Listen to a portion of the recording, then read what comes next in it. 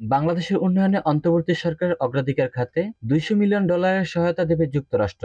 আজ রোববার 15 সেপ্টেম্বর অর্থ উপদেষ্টার সাথে বৈঠক শেষে এ কথা জানান ইউএসএআইডি সহকারী প্রশাসক অঞ্জলি কর। অঞ্জলি কর বলেন, সরকারের সাথে একটি চুক্তি স্বাক্ষর হয়েছে। এটির আওতায় সরকারের অগ্রাধিকার খাতে $200 মিলিয়ন সহায়তা দেওয়া হবে। আমরা অন্তর্বর্তী সরকারের সাথে কাজ করতে চাই। বৈঠক শেষে অর্থ উপদেষ্টা সালাউদ্দিন আহমেদ বলেন, আর্থিক ও বাণিজ্যিক খাতে সহযোগিতার বিষয়ে আলোচনা হয়েছে।